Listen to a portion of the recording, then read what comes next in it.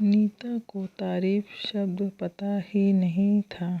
घर के सारे काम वह एकदम सही सही करती थी। खाना बहुत स्वादिष्ट बनाती थी, लेकिन फिर भी आज का खाना बहुत अच्छा था। बहू ऐसा उसकी सास कभी भी बोलती नहीं थी और पति भी कभी उसकी प्रशंसा नहीं करता था।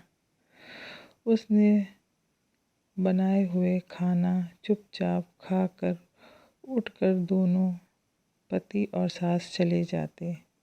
उसने खाना खाया या नहीं, इसका उन दोनों को फर्क नहीं पड़ता था। सास को वह पसंद नहीं करती थी। उनके हाथों से ज़रा सी भूल हो गई तो सास तुरंत गुस्सा करती थी। उससे भी बुरी बात यह थी कि उसके पति और उसके बीच बातचीत का ज़्यादा नहीं होती थी और उन्हें ये चुप्पी बनाए रखी थी। वह उस पर ध्यान नहीं देता था। परदेश में पढ़ाई करने गए हुए छोटे देवर मात्र समय समय पर नीता को फ़ोन करता था, पूछता था भाभी कैसी हो। उसका फ़ोन आने पर नीता बहुत खुश होती थी। अपना मन हल्का करने का उचित स्थान था नीता का। कुछ ही दिनों में देवर की पढ़ाई ख़त्म हो गई और वह घर आया। थोड़े समय के भीतर उसे एक अच्छी नौकरी मिल गई।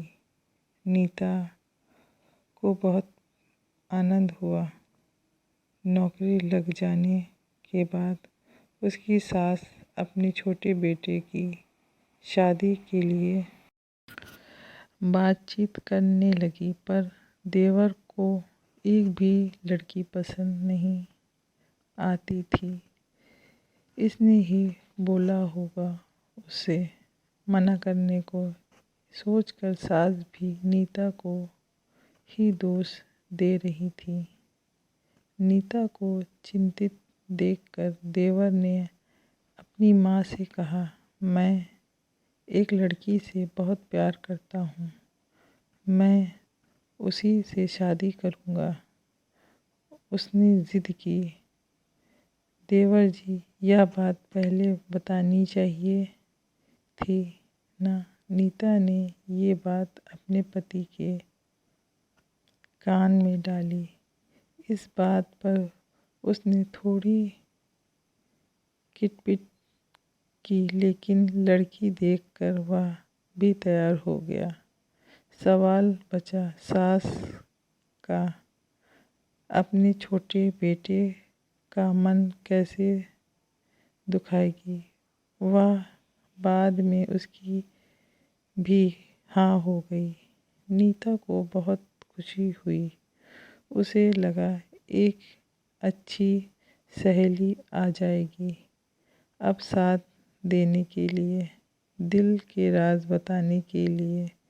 पर कैसे होगी छोटी देवरानी, रस बस जाएगी हमारे साथ और इस घर में, या वह एक अलग दुनिया बसाने पर जोर देगी देवर जी को।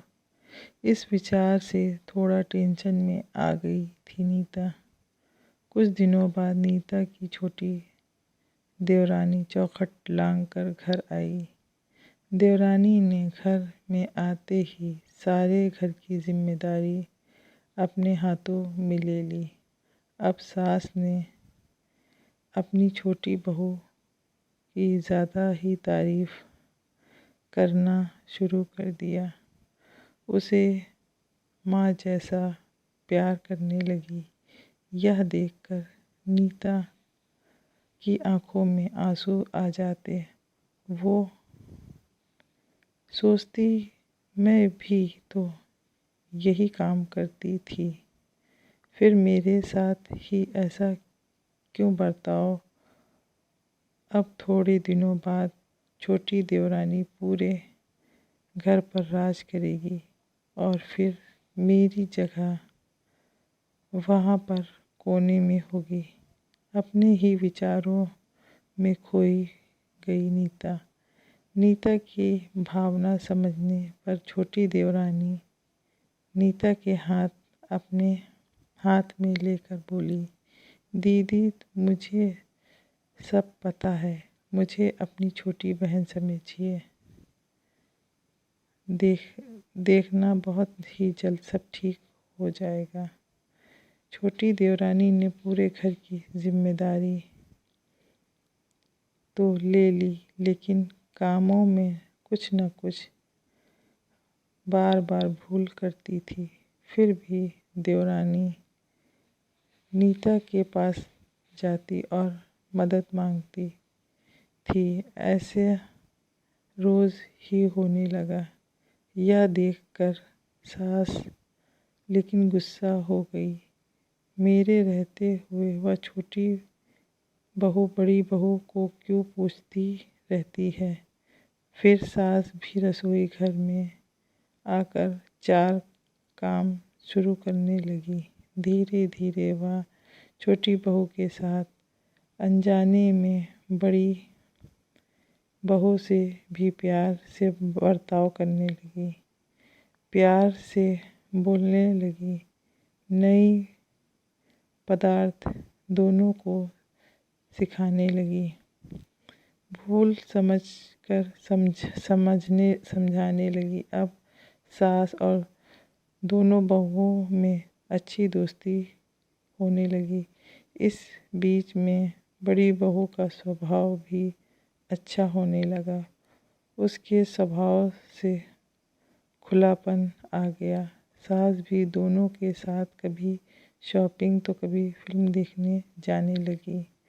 वो अपनी दोनों बहुओं को समान प्यार करने लगी थी। इस वजह से घर का माहौल हंसता खेलता हो गया। इसके अलावा अपने भाई और उसकी पत्नी की बॉन्डिंग देखकर नीता का पति भी उसके साथ अच्छा व्यवहार करने लगा। यह देखकर छोटी बहू बहुत खुश हुई। दीदी घर पर पहले आप ही का हक था। ऐसा बोलकर छोटी बहू ने पूरी जिम्मेदारी अपने जेठानी को दे दी। साल भर में नीता के देवर को अच्छा वेतन और बड़ी पोस्ट पर स्थानांतरित किया गया। अब छोटी देवरानी भी अपने पति के साथ परदेश जाएगी और मैं फिर अकेली हो जाऊंगी। इतना ही नहीं, इतने सालों बाद सास का व्यवहार जो इतना सालों बाद बदल गया था, वह फिर से वही हो गया तो इस विचार में नीता डर गई। देवरानी की नीता को इतनी आदत हो गई थी कि उसके बिना वह घर काटने को दौड़ेगा। देवरानी के आ जाने से घर का माहौल बदल गया। वह थी ही ऐसी खुशमिजाज और ऊर्जावान, जैसे कि नाम से पता चलता है। यह देवरानी की हालत भी कुछ अलग नहीं थी।